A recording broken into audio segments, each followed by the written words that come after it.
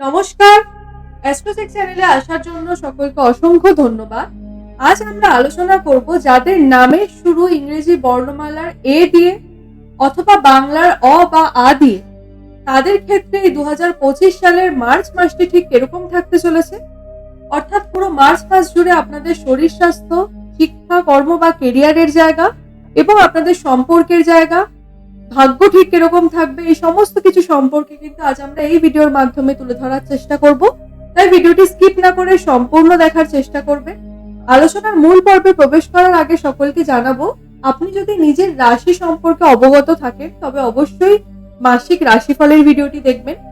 তবে যারা নিজেদের জন্ম তারিখ, জন্ম সময় বা নিজেদের রাশি সম্পর্কে অবগত নন বা জানেন না, তাদের ক্ষেত্রে কিন্তু নাম রাশির ভূমিকা অপরিসীম।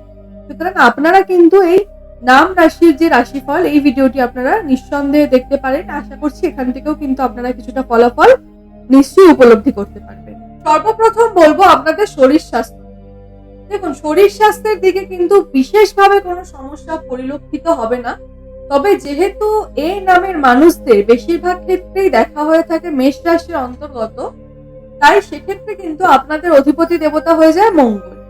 আবার যদি নক্ষত্র হিসেবে দেখা হয়, সেক্ষেত্রে কিন্তু আপনাদের নক্ষত্র হয় কৃতিকা নক্ষত্র, যার রুলিং প্ল্যানেট কি আবার সূর্য। সুতরাং সূর্য এবং মঙ্গল, একজন রাজা হলে আর একজন কিন্তু সেনাপতি। সুতরাং দুজনেরই কিন্তু ঊর্জা বা রাগ বা যেই জেদ বা যেই তেজটা, যেটাই বলুন না কেন, সেটা কিন্তু অত্যন্ত হাই।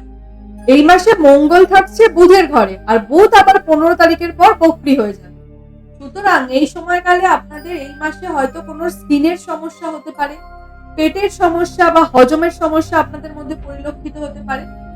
আর যেহেতু মঙ্গল এবং সূর্য দুটোই আপনাদের ক্ষেত্রে অধিপতি দেবতা, সুতরাং আপনাদের মধ্যে কিন্তু ঊর্জা বা রাগ বা জেদ, সেটা কিন্তু এই মাসে প্রবল মাত্রায় বৃদ্ধি পেতে লক্ষিত হবে।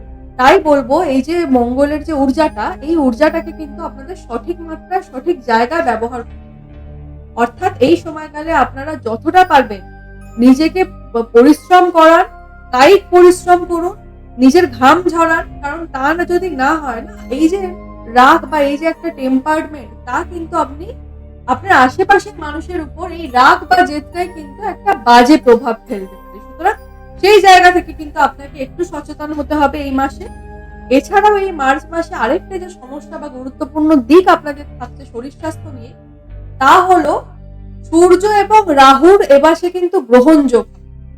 সুতরাং আপনাদের ঘুমের সমস্যা বা স্লিপিং সাইকেল, সেটাও কিন্তু দেখা যাবে পরিবর্তিত হচ্ছে। অর্থাৎ আপনাদের সঠিক সময় ঘুম হবে না, ঘুম নিয়ে একটা আপনারা চিন্তিত থাকবেন। ঘুমের সমস্যায় কিন্তু আপনাদের এই মাসটা একটু ভুগতে হবে। যারা প্রেমের সম্পর্কে জড়িত রয়েছেন তাদের ক্ষেত্রে বলবো যে প্রেমের সম্পর্কের ক্ষেত্রে কিন্তু 15 তারিখের পূর্ববর্তী সময় অত্যন্ত শুভ থাকছে। এই সময়কালে রিলেশনের মধ্যে একটা আন্ডারস্ট্যান্ডিং বা একে অপরের প্রতি ভালোবাসা এবং মধুরতা যথেষ্ট মাত্রায় কিন্তু বজায় থাকবে। তবে 15 মার্চের পরবর্তী সময় মঙ্গল যেহেতু আপনাদের অধিপতি দেবতা এবং মঙ্গলের বছর হওয়ার কারণে অত্যন্ত মাত্রায় কিন্তু রাগ আপনাদের মধ্যে বৃদ্ধি পাবে বা এনার্জি আপনাদের মধ্যে বৃদ্ধি পাবে। আর ঠিক সেই কারণেই ছোটখাটো কথায় মাথা গরম করে ফেলা, একটা শর্ট টেম্পার মেন্টালিটি বৃদ্ধি পাবে, যার কারণ কিন্তু হয়ে উঠবে আপনাদের সম্পর্কের মধ্যে একটা ডিস্টেন্স বা সম্পর্কের মধ্যে বিবাদ। তাই বলবো আপনাদের এই মার্চ মাসটাতে এই নামের সমস্ত ব্যক্তিদের নিজের মুখ্য নিঃসৃত বাণীর প্রতি প্রচন্ড ব্যালেন্স করে চলতে হবে। আপনাদের মুখ ফসকে যে কোনো কথা যাকে তাকে যা তা বলবেন না। এই মাসে একটু কিন্তু নিজেকে কন্ট্রোল করতে হবে আপনাকে। আপনার বাক্যই আপনার কিন্তু সবচেয়ে বড় শত্রু হয়ে উঠতে পারে। সুতরাং সেদিকে কিন্তু আপনাদের যথেষ্ট খেয়াল রাখতে হবে। যারা নতুন সম্পর্ক বা কোনো রকম ভাবে বিবাহ বন্ধনে আবদ্ধ হওয়ার কথা ভাবছেন, তাদের ক্ষেত্রে বলবো মার্চ মাসের প্রথম 15টি দিন কিন্তু যথেষ্ট শুভ থাকছে। সেক্ষেত্রে আপনারা প্রথম 15টি দিনের মধ্যে বিবাহ বন্ধন করতেই পারেন। যারা সন্তানি প্রাপ্তি বা কনসিভ করার জন্য চেষ্টা করছেন, তাদের ক্ষেত্রেও বলবো এই মাসের প্রথম 15টি দিন যথেষ্ট শুভ থাকছে।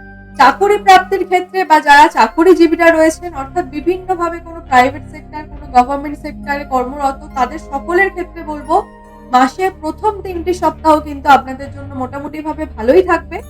তবে শেষ সপ্তাহ থেকে যে কোনো বিষয়ে একটুখানি সচেতন হয়ে আপনাদের ডিসিশন নিতে হবে এবং অফিস পলিটিক্সের সম্মুখীন কিন্তু আপনাদের এই মাসে হতে দেখা যাবে, বা অফিস পলিটিক্স এর কারণে আপনি একটু নাজেহাল হবেন, তাও কিন্তু পরিলক্ষিত হবে।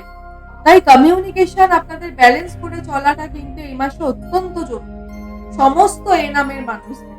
তবে এই সময়কালে বা এই পুরো মার্চ মাসে একটা শুভ দিকও থাকছে, তা হলো বৃহস্পতির দৃষ্টি থাকবে কেতুর উপর। অর্থাৎ যারা নতুন জবের জন্য ট্রাই করছেন সেখানে কিন্তু জব পাওয়ার 90% চান্স থাকে।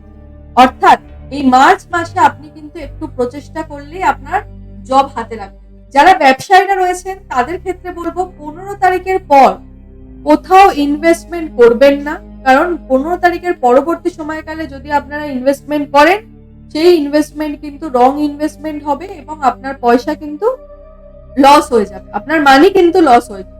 সুতরাং 15 তারিখের পর কোথাও কোনো ইনভেস্টমেন্ট করবেন না। যদি করার থাকে মাসের প্রথম সপ্তাহ এবং দ্বিতীয় সপ্তাহের মধ্যে চেষ্টা করবেন তা যাতে মিটে যায়।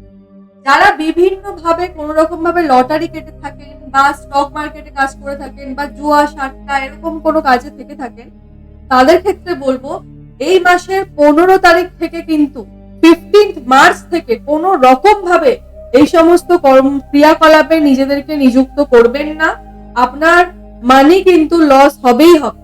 সুতরাং আপনাদের কিন্তু এই সময়কালে কোথাও কোনো রকম ভাবে মানি ইনভেস্ট করে পয়সা কামানো বা শর্টকাট কোনো জায়গা থেকে পয়সা কামানোর ইচ্ছা এগুলো কিন্তু একদম ভুল করেও করবেন। এই দিকে আপনাদের সতর্ক থাকতে হবে।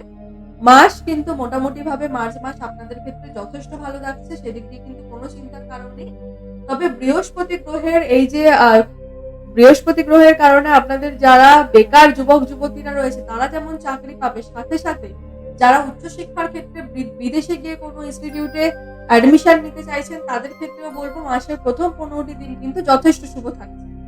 যারা বিভিন্ন ভাবে কম্পিটিটিভ এক্সামের জন্য তৈরি হচ্ছেন বা কোন রকম ভাবে চাকুরির পরীক্ষার জন্য তৈরি হচ্ছেন তাদের ক্ষেত্রেও বলবো এই মাস কিন্তু আপনাদের যথেষ্ট ভালো থাকছে। তবে যারা গভর্নমেন্ট সার্ভিসের জন্য ট্রাই করছেন তাদের ক্ষেত্রে কিন্তু আমি বলবো গভর্নমেন্ট সার্ভিস পেতে হলে সূর্যকে স্ট্রং রাখা কিন্তু অত্যন্ত জরুরি।